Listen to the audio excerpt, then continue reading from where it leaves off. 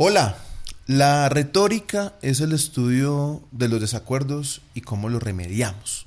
Si yo les digo retórica, puede que pensemos en mensajes, en narrativas, en discursos, incluso en persuasión.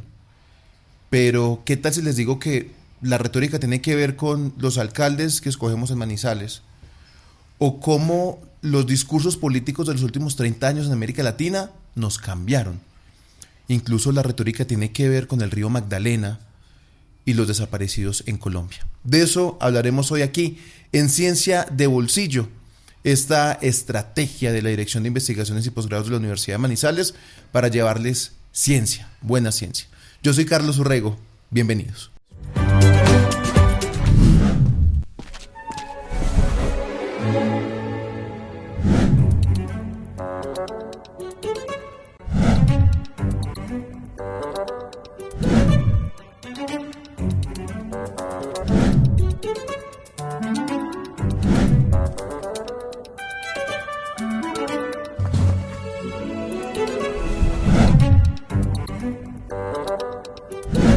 Nuestro invitado es manizaleño, se crió en el barrio La Leonora y ha tenido un paso muy interesante por la academia. Él es doctor en estudios de la comunicación con énfasis en retórica y cultura pública de la Universidad de Ohio, es magíster en filosofía, es comunicador social y periodista, y es profe de la Universidad de Manizales. Luis Miguel López Londoño. Luis, qué rico tenerlo aquí en Ciencia de Bolsillo, bienvenido. Hola Carlos, muchas gracias por esta invitación y por supuesto muy contento de compartir con ustedes el VCast de Ciencia de Bolsillo. Luis, ¿usted qué recuerda de su infancia? Cuando usted se ubica en ese Luis niño, ¿cómo era el Luis niño que se crió en La Leonora? Bueno, en términos de mi carácter y mi personalidad, yo recuerdo ser un niño demasiado introvertido, demasiado tímido y con dificultad para socializar e interactuar con las personas, ¿cierto? Eso desde el punto de vista de mi personalidad y de mi carácter. Pero también recuerdo una faceta de mí que se conectó desde siempre con los entornos naturales, con las montañas, con sus caminos, con sus trochas. Eso se va a venir a representar más adelante con el deporte y con el estilo de vida actual. Pero desde niño y por las fincas que tenía mi familia en los alrededores de Manizales, siempre encontré una conexión especial con esa naturaleza y todo lo que comprende esa naturaleza, la flora, la fauna, el aire y todo lo que despiertan los sentidos en esos espacios. Luis, pero es particular que un niño introvertido al final termine estudiando el discurso, el cómo la gente habla, ¿no? Exactamente, estoy completamente de acuerdo. De hecho, uno de los principales temores que tienen las personas que inician los estudios de comunicación es lo que se conoce como aprensión de la comunicación, y es ese miedo a hablar en público. Seguramente se transformó a lo largo de los años y se fue convirtiendo más en una convicción, en una práctica que generaba confianza, muy distinto a lo que había ocurrido cuando era niño. ¿Y era buen estudiante? Siempre fui buen estudiante. Fui un estudiante que en clase no acostumbraba a hablar mucho. Ajá. Era más dado a tomar apuntes, y si de pronto conocía la respuesta a alguna de las preguntas del docente, pues inmediatamente levantaba la mano. Y eso generó un choque muy particular con mi experiencia en Estados Unidos, porque en esa cultura académica es prácticamente obligatorio participar en clase y de manera constante. Entonces eso me confrontó de forma muy particular. Yo usualmente era un estudiante callado y eso me obligó a participar mucho más en las discusiones de clase. Hay una curiosidad que me llama la atención y es, usted habla de que era un hombre introvertido, un niño introvertido que no preguntaba, pero quería ser comentarista deportivo. Eso fue lo que me motivó a estudiar comunicación social y periodismo. De hecho, unos meses antes de tomar esa decisión, mi inclinación estaba más abierta hacia la veterinaria o la zootecnia, precisamente por esa relación con el medio ambiente que tiene mi familia, sobre todo en el sector de Villa María, en la parte alta del páramo. Entonces mi intención era estaba casi segura de tomar esa vía, pero en los últimos meses antes de la graduación del bachillerato empecé a escuchar mucho periodismo deportivo y eso me llenó completamente y me condujo a tomar la decisión de estudiar comunicación. Pero usted se imaginaba comentando un partido de fútbol. Definitivamente, y eso era lo que yo quería hacer. Y en algún momento lo llegué a hacer cuando cursaba la carrera, el pregrado en comunicación en Bogotá. Pero así como lo pude hacer muy rápidamente, también me desencanté de él y finalmente tomé otras rutas en mi formación académica e investigativa. Cuando uno es niño, Luis, siempre hay personas o momentos que lo marcan, ¿cierto? Está su hermana Irene, por ejemplo. ¿Qué recuerdos tiene usted de su niñez que ha guardado y que lo han motivado, lo han llevado toda su vida? Momentos, escenarios, personas que tal vez hayan marcado o hayan construido el Luis que es usted hoy. Bueno, aquí hay, en cuanto a personas, yo creo que un papel fundamental es el que tuvo mi madre, María Leonor.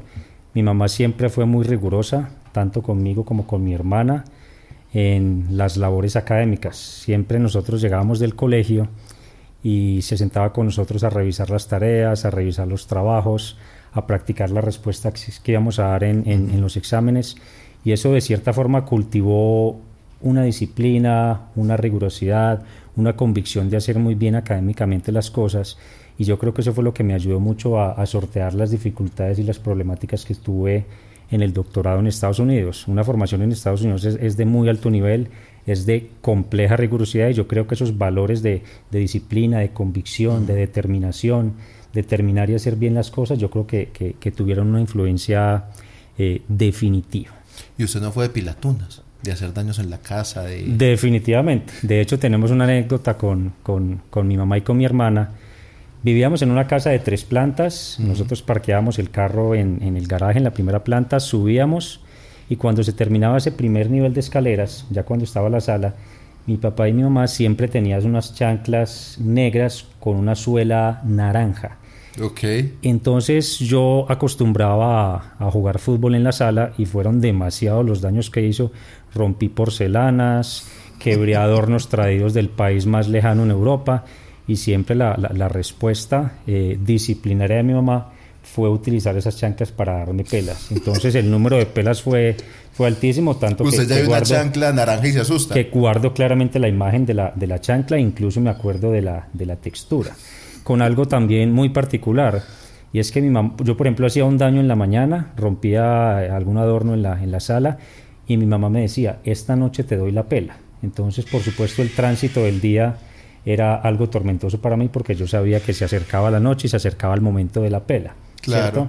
Entonces esperaba uno todo el día. Y con la esperanza de que se le olvidara, y de un momento a otro decía, me acordé que hay pela hoy, y recibía inmediatamente el castigo.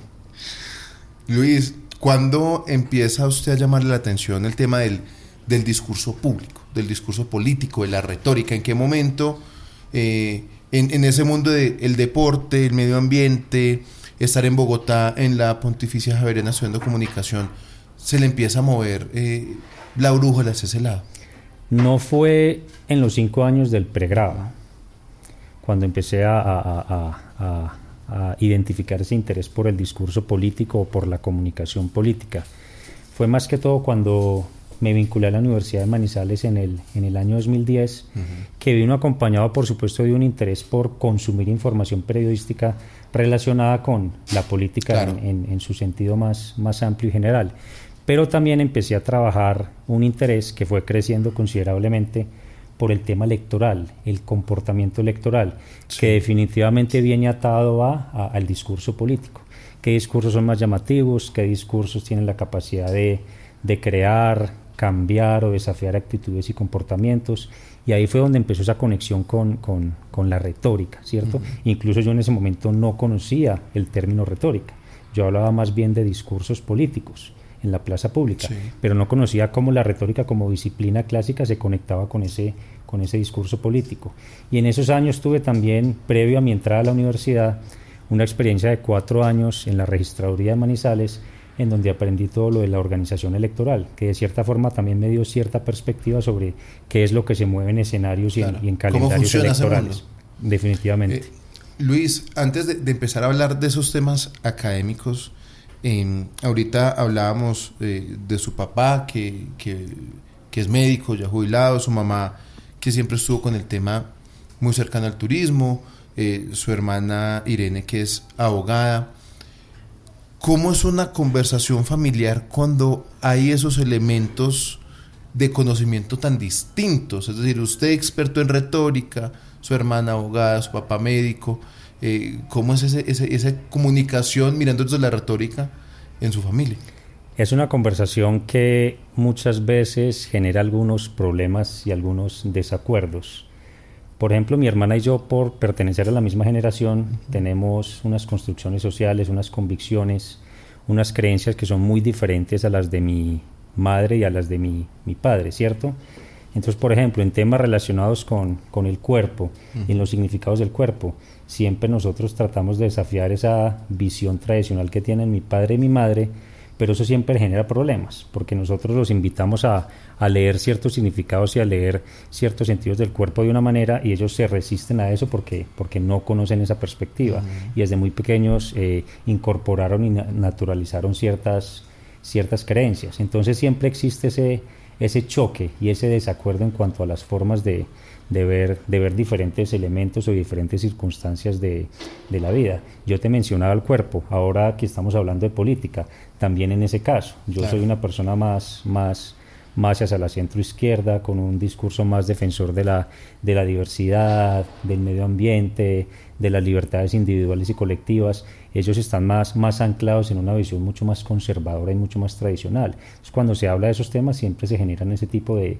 desacuerdos y de tensiones. Incluso, sobre todo en el caso de mi padre, manifiesta cierta incomodidad frente a ciertos temas. Por ejemplo, el aborto. Yo le pregunté siempre, bueno, ¿y usted como médico qué posición tenía frente al aborto?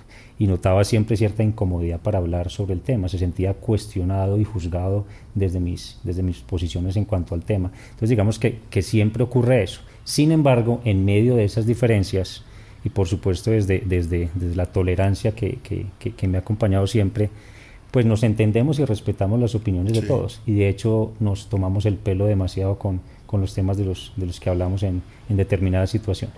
Luis, hay un momento en su vida que es tal vez un antes y un después, y es cuando llega a la Universidad de Ohio, cuando usted decide, siendo profe catedrático aquí en la Universidad de Manizales, empezar ese camino de yo quiero hacer un doctorado, luego de Derecho, la maestría en Filosofía, e irse a otro país, a otro estado, a otro mundo.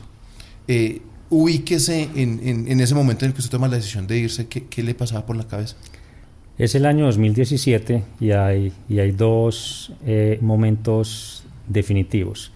El primero es el haber terminado una relación sentimental de más de 8 años. Ajá. Y querer darle un giro cerrar de 360 grados a mi vida, ¿cierto?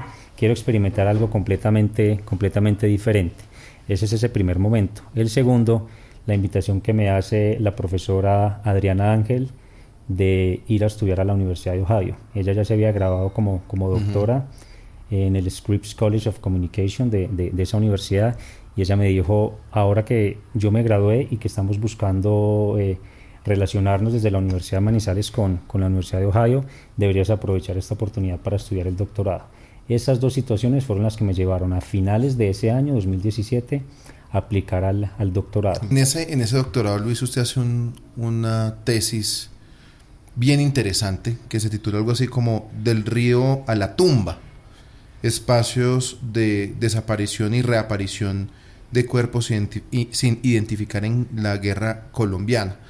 Según la VPD, en Colombia hay un poco más de 130.000 desaparecidos por la violencia que ha tenido este país, y el río Magdalena se convierte como en un centro muy importante en esa investigación. El río Magdalena, que tiene más de 1.500 kilómetros. Esa investigación suya, ¿qué buscó? Esa tesis, ¿en qué se centró? Yo llegué a este tema del río Magdalena a través de la obra fotográfica de Juan Manuel Echavarría.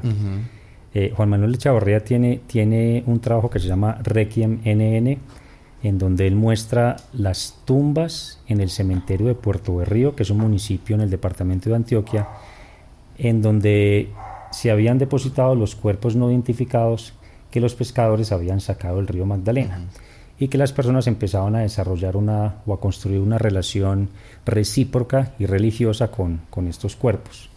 A mí ese trabajo fotográfico me llamó la atención y construí una propuesta de investigación para explorar mucho más ese fenómeno religioso. Sin embargo, durante la formulación del anteproyecto, empecé a mirar más hacia lo que no miraba la obra de Juan Manuel Echavarría, y era el río Magdalena como espacio de desaparición. Sí. Ese era un componente principal, porque el río, con sus procesos naturales, con sus lógicas, como espacio empezaba a operar en la descomposición del cuerpo que era lanzado al río Magdalena.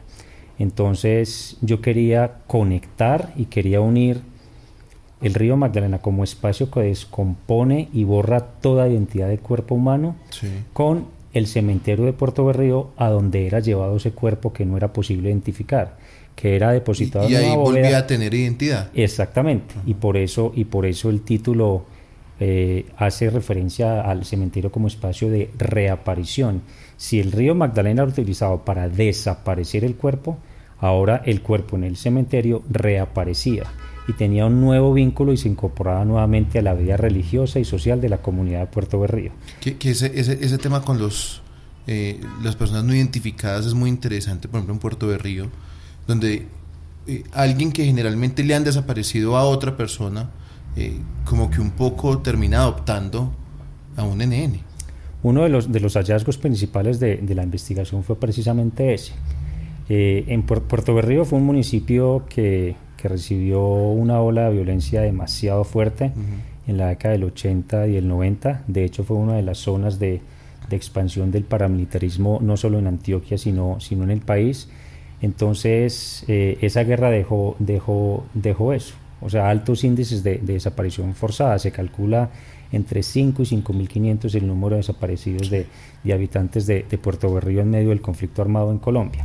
Y uno de los hallazgos fue que las personas que tenían familiares desaparecidos y que nunca encontraron eran las que tenían más tendencia de adoptar ese cuerpo no identificado.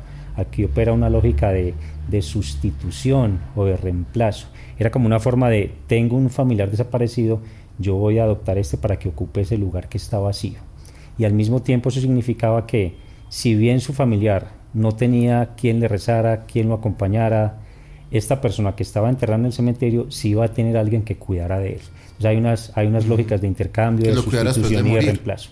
Pero también hay un tema de peticiones, ¿no? De milagros, o ¿cómo llamarlo? La relación es recíproca. Entonces, el adoptante, así se le dice al creyente católico en Puerto Berrío, quien decide establecer esa relación con el cuerpo no identificado, le pide favores: necesito un trabajo, necesito mejorar mi estado de salud, me encuentro enfermo, necesito ganarme un chance, estoy mal económicamente. Ese tipo de favores a cambio del cuidado que prestaba el adoptante.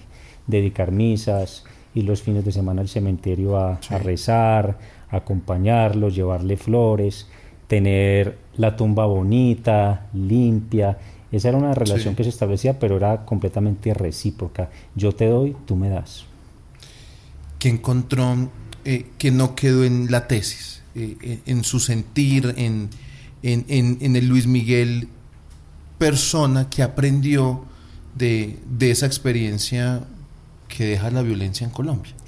Bueno, hay dos elementos. El primero, que no quedó en mi tesis por cuestiones de tiempo, fue haber investigado más sobre los efectos y las formas en que los adoptantes en Puerto Berrío asimilaron y vivieron el momento en que esos NNs con los que llevaban vinculados tanto tiempo ya fueron retirados del cementerio.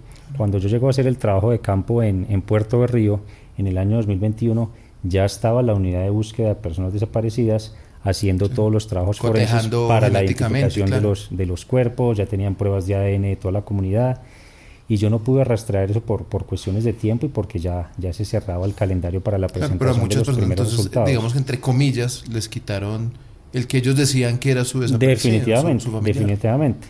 Pero si bien eso generaba una desvinculación o una desconexión con ese cuerpo con el que habían interactuado durante muchos años, también a ellos les generaba tranquilidad, porque sabían que otra familia iba a recibir los restos de un cuerpo que llevaba buscando durante muchos años, y eso les iba a permitir cerrar el duelo y cerrar el ciclo de dolor que no se había podido cerrar precisamente porque el familiar estaba desaparecido.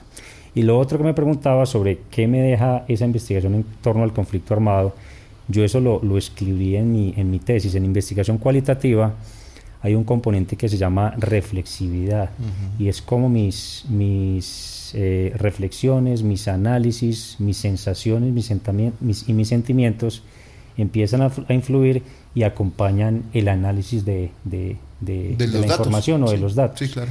Y yo en muchas partes de la tesis expresé con preocupación y con una confrontación ética hacia mí demasiado fuerte, porque mientras yo realizaba las entrevistas y escuchaba las historias más violentas y macabras sobre la violencia en Puerto Berrío, eso no me generaba ningún tipo de conmoción o de dolor o de reacción a través de las lágrimas. Yo sobre eso escribí mucho y dije que posiblemente se debía ese como que efecto anestesiador o inmovilizador, que posiblemente se debía a que había estado expuesto desde muy niño, sobre todo a través de los medios de comunicación, a recurrentes y constantes historias de violencia en medio de la guerra en Colombia. Entonces eso posiblemente pudo influir para que yo no reaccionara con tanta sensibilidad frente a las historias de horror que recogí en Puerto Berrío.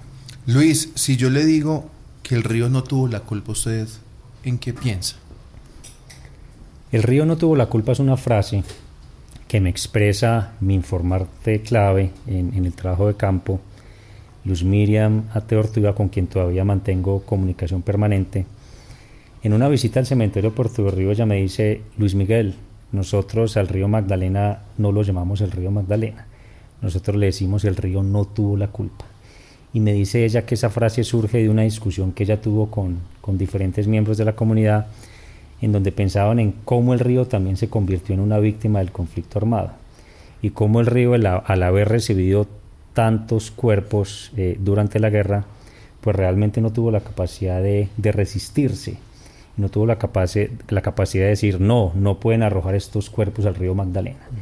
Entonces es una forma retórica de absolver y de librar de toda culpa al río Magdalena sobre lo que ocurrió con él, que fue el haberse convertido en un espacio de desaparición de cuerpos. Otro elemento particular de su vida, Luis, y ya cambiando de tema, es el ejercicio. Usted es un hombre supremamente activo, usted hace mucho tiempo hace trail, ya nos dirá un poco cómo inicia. Usted al principio hablaba del medio ambiente, del páramo, de los nevados. ¿En qué momento usted empieza a sentir ese apego o esa necesidad de correr? Esa ruptura después de una relación tan larga generó este otro efecto, Ajá. además de la decisión de estudiar el doctorado. Y ¿Fue empezar, mismo? sí, fue inmediato. La relación se rompe en el mes de abril, y ya en el mes de agosto yo estaba haciendo mi primera competencia de trail running, que es el atletismo de montaña, precisamente en el Parque Nacional de los Nevados. Entonces digamos que también era una forma de experimentar nuevas historias, nuevas sensaciones, nuevos retos, y de también conectarme de una manera muy diferente con ese entorno natural con el que yo ya había hecho esa conexión desde niño. Y ahí empieza esa pasión por el trail.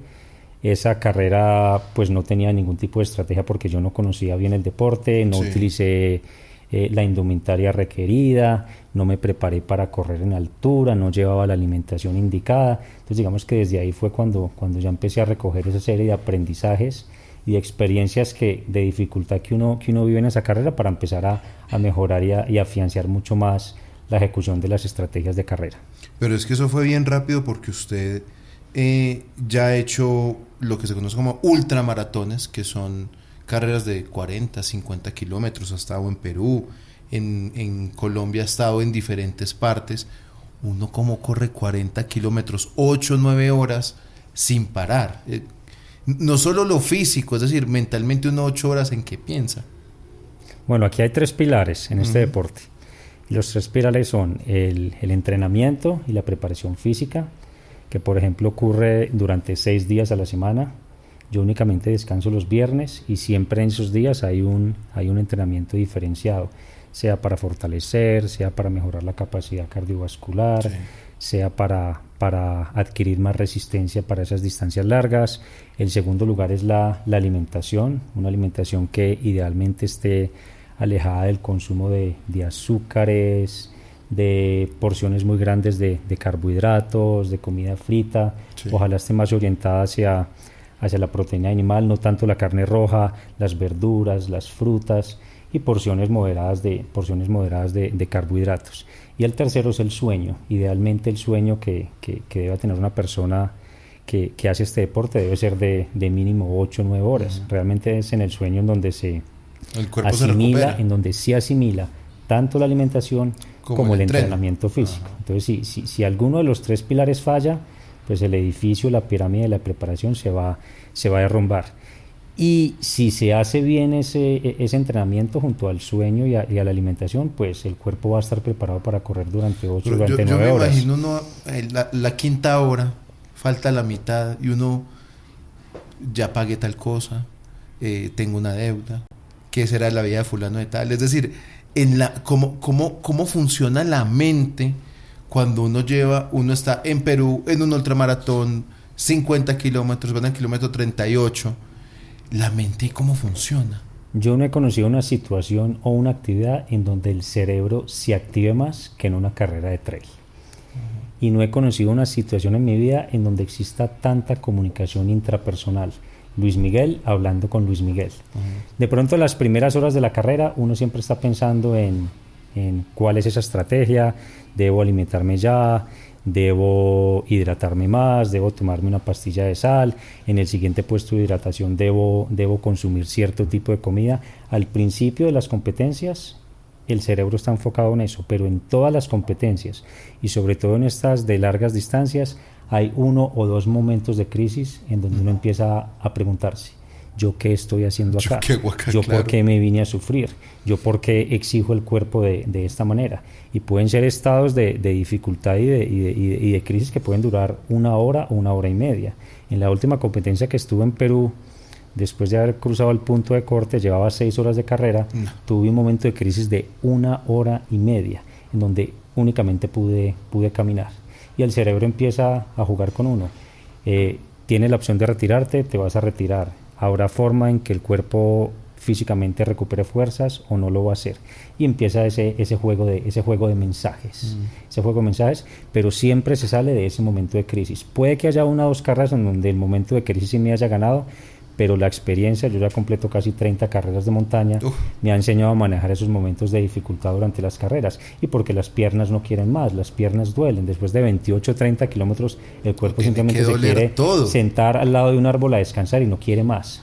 Entonces es esa disputa, es esa negociación con las piernas. La mente quiere, pero el cuerpo se resiste. Ya es donde finalmente uno resuelve qué decisión toma. Es una conversación retórica con uno mismo. Definitivamente, convencerse de que sí es capaz y convencerse de que con más esfuerzo el cuerpo va a llegar a la meta. Ya que estamos hablando de eso, me hace pensar en parte de los estudios que usted ha hecho. Hay uno también muy, muy valioso, que es incluso el que tiene más citas en su ejercicio académico, y es un estudio de cómo en las elecciones del 2015 en Manizales, los candidatos, que eran en ese momento 4, utilizaron Twitter para comunicarse. Y en ese punto, o en ese momento, fue muy valioso el empezar a dilucidar cómo se nos estaba convirtiendo el tema del discurso en un tema de discurso de odio. ¿Cuál fue como el elemento más particular o el resultado más llamativo que usted tuvo de esa investigación? Yo decidí hacer esa investigación porque, como lo decía anteriormente, ya el discurso político se había convertido en un tema de interés, y encontraba que en el Internet y sobre todo en los foros de discusión, en este caso el de Twitter, se podía generar deliberación pública, diálogo político entre los ciudadanos, situación que no ocurría cuando solo existían los medios tradicionales. El Twitter abrió esa posibilidad. Y el principal hallazgo en los miles de mensajes que yo analicé de los seguidores de cada uno de los 4 candidatos es que el grado de hostilidad, el grado de agresión y el grado de grosería entre ellos era demasiado alto y demasiado significativo. y todo se hacía en torno a los avances del proceso de paz entre el gobierno de Juan Manuel Santos y la guerrilla de las FARC. Que nada tenía que ver con la alcaldía de Manizales. Nada tenía que ver con la agenda de ciudad. No se hablaba de temas de educación, no se hablaba de transporte, no se hablaba de medio ambiente, sino que fueron los diálogos de paz lo que cooptó completamente la agenda de discusión en Twitter, y lo que llevó a que los mensajes que se publicaron en la red no tuvieran nada que ver con un diálogo racional, respetuoso y tolerante, sino con ofensas y con atentados hacia la dignidad de las otras personas y descalificaciones constantes. ¿Qué piensa uno ahí, Luis, que entonces la esfera de discusión y argumentación política se nos perdió? Se perdió y se creía que el Internet, desde una visión muy optimista, iba a ser ese espacio, ¿cierto? Yo podría hablar de muchas esferas, ¿cierto? Pero el Internet en ese momento surgía como un espacio de fácil acceso, de mucha visibilidad, de popularización, en el que cada uno podría expresar sus ideas sin ninguna censura y sin ninguna restricción. Pero poco a poco ese grado de polarización, esas señales de radicalización de las posturas políticas, pues empezó a convertir al Internet y a las redes sociales en una esfera completamente distinta y completamente alejada de ese ideal de esfera pública que en cierto momento, o en que cierto momento hablaba Habermas. La persuasión termina siendo en ese punto una persuasión de poder, de quién insulta más duro. Yo podría pensar que en términos de persuasión sería difícil encontrarla como tal en ese tipo de mensajes. Si yo te digo, no tienes la capacidad mental para pensar políticamente, yo creo que más allá de la persuasión es un ataque a la persona y es una disolución completamente del debate político y del debate racional. Prácticamente no hay nada si atacas las personas y no hay ideas que se confronten y se validen o que se quieran cambiar. Si yo te trato de convencer de que estás pensando equivocadamente, ahí sí podría encontrar un ejercicio de persuasión, convencerte de que cambies esa idea y adoptes una completamente distinta y que esté más cerca de mis convicciones políticas. Pero cuando el mensaje se termina y se agota en un ataque personal, ahí no habría un caso de persuasión o de retórica. Aún más de polarización. Usted es un hombre muy paciente.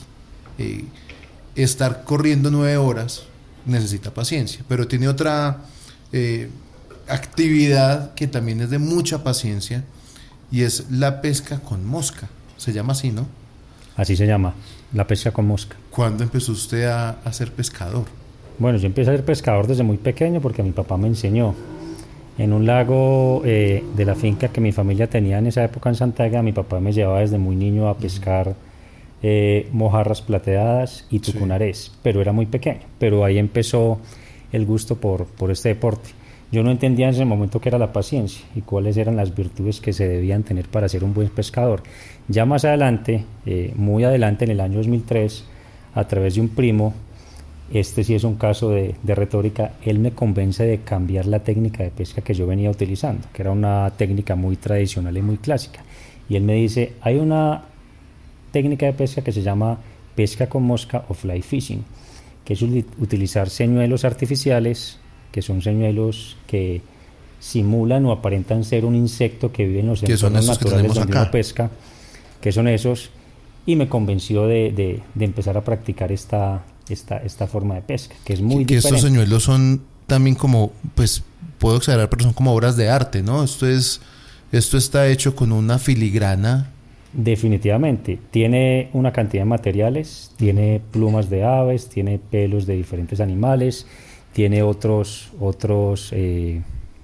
ingredientes, e incluso si miras algunas de esas moscas, para hacerlas puedes llevar 2 horas y media, 3 horas y media. Sí. Y lo más particular y también lo más paradójico, y es que yo puedo utilizar uno de esos señuelos la primera vez y, por ejemplo, en una rama se queda trancado y se pierde el señuelo, o puedes llegar a un pez de tamaño considerable y romperte en nylon, y ahí se fue la mosca que durante 3 horas y media se hizo, ¿cierto? Entonces es de mucha paciencia. La ventaja que tiene este deporte y esta técnica de pesca es que yo me estoy moviendo constantemente. O sea, no es un tipo de pesca en el que uno se queda anclado en el mismo sitio, sino que uno siempre está recorriendo los ríos y los lagos, lanzando la mosca y buscando el pez que la pueda morder. ¿Y es costoso una mosca? Una mosca puede costar 4.000, 5.000 pesos. Okay. Bueno, ya cada uno, de acuerdo a sus gustos. Dimensiones, a sus gustos, definirá si es un deporte caro. En mi caso no lo ha sido. En mi caso no lo ha sido porque el amigo que es el encargado de hacer las moscas, pues usualmente me las regala y no le pone precio a cada una de ellas. Usted tiene esas dos actividades que son bien particulares, y quiero volver ya para ir cerrando al tema del trail. ¿Qué pasa cuando uno está corriendo y una vaca se le lleva la comida? Eso ocurrió en Perú este año. Subimos con un grupo de amigos a un lugar mágico que se llama la Laguna 69. Uh-huh. De hecho, mi hermana nos acompañó en esa ruta y le costó mucho transitar el último kilómetro por el desnivel y la dificultad técnica que tenía la ruta. Nosotros llevamos nuestro fiambre, el pan, el jamón, la mortadela, las papas fritas para comérnoslas allá. ¿Cuánto llevan de recorrido?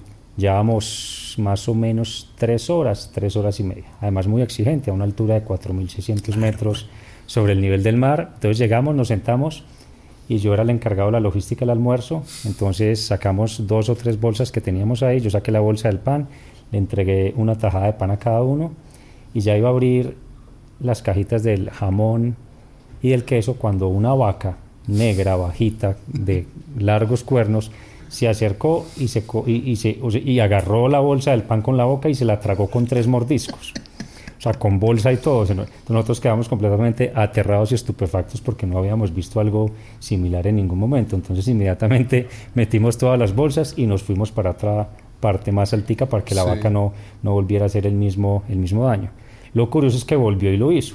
Volvimos y sacamos los paquetes y se comió 2 paquetes de papas con bolsa y todo, papas fritas que habíamos comprado para llevar al fiambre, y se los comió otra vez en 2 o 3 mordiscos. Ni siquiera tuvimos tiempo para retirarse el plástico a la vaca de la boca porque pensábamos, pues le va a tener un problema digestivo, va a tener una oclusión intestinal y cómo se va a morir el animalito, pero no fuimos capaces. Esa fue la historia de la vaca, y después de esa experiencia creamos un grupo en WhatsApp que se llama La Vaca Loca, en donde hacemos parte quienes estuvimos en Laguna 69 riéndonos de lo que ocurrió en ese momento.